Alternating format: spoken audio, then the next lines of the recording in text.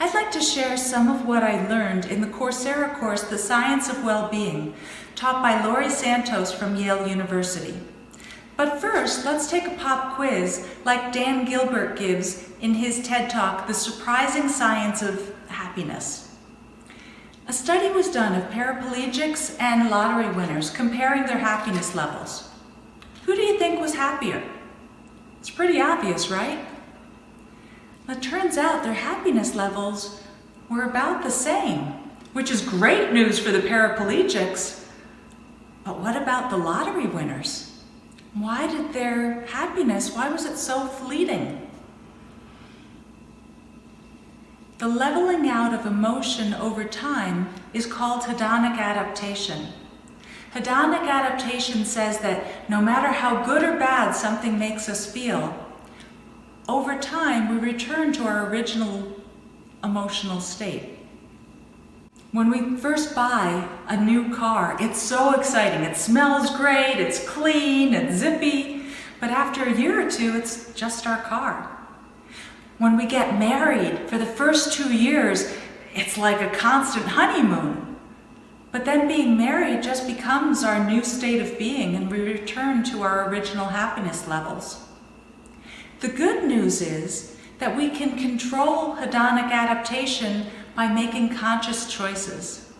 In her book, Sonia Lubomirsky says, our intentional, effortful activities have a powerful effect on how happy we are over and above the effects of our set points and the circumstances in which we find ourselves.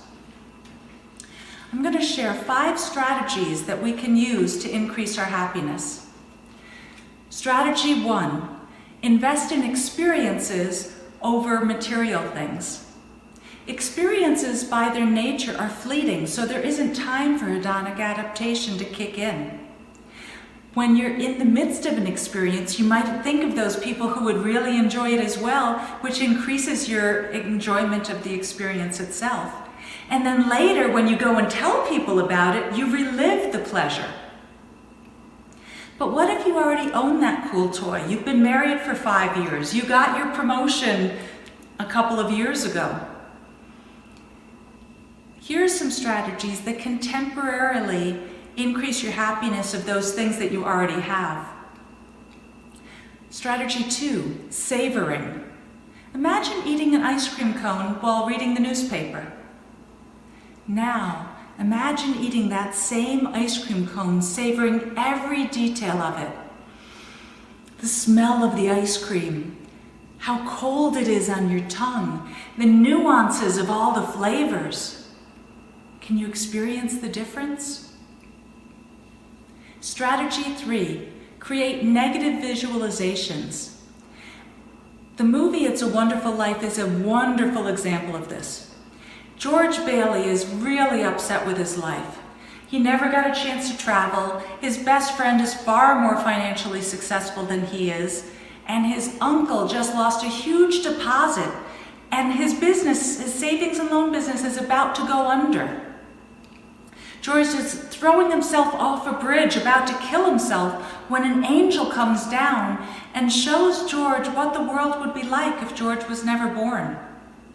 His brother would have died because George wasn't there to save him. The townspeople would have lost their homes because the only source of money in town was a miserly old businessman. And his wife became a lonely spinster, never marrying. George came to appreciate everything he does have in life so much more. Imagine what your life would be like if you never met your significant other, if you never bought that cool new toy, never got that promotion. Strategy 4, imagine this is your last day. Imagine this is the last day that you're going to get a chance to spend with something. Imagine your challenging teenagers or annoying parents are about to move across country and you won't see them very often. Or what if you got injured to the point where carrying groceries hurt your back, let alone exercise? This can help you to appreciate what you have even more. Strategy 5, gratitude. Every night, record in a journal those things that you're really grateful for. Or do a gratitude visit, as described in Martin Seligman's TED Talk, The New Era of Positive Psychology. Think of someone who had an enormous impact on your life, but who you never properly thanked. Write that person a 300-word letter and go and visit them and read them the letter. This has been shown to increase the happiness levels for both the letter writer and the letter receiver for a month. Hedonic adaptation is a coping mechanism for dealing with the challenging things in life by leveling out emotions so you don't feel bad for so long. Unfortunately, it also levels out the pleasures in life. But there are things that you can consciously do to keep the good times rolling. Invest in experiences instead of material things. Actively savor. Create negative visualizations like in the movie It's a Wonderful Life. Imagine this is your last day with something. And actively recall those things that you're grateful for. After all, we just have this one life to live. Why not squeeze every moment of enjoyment out of it that we can?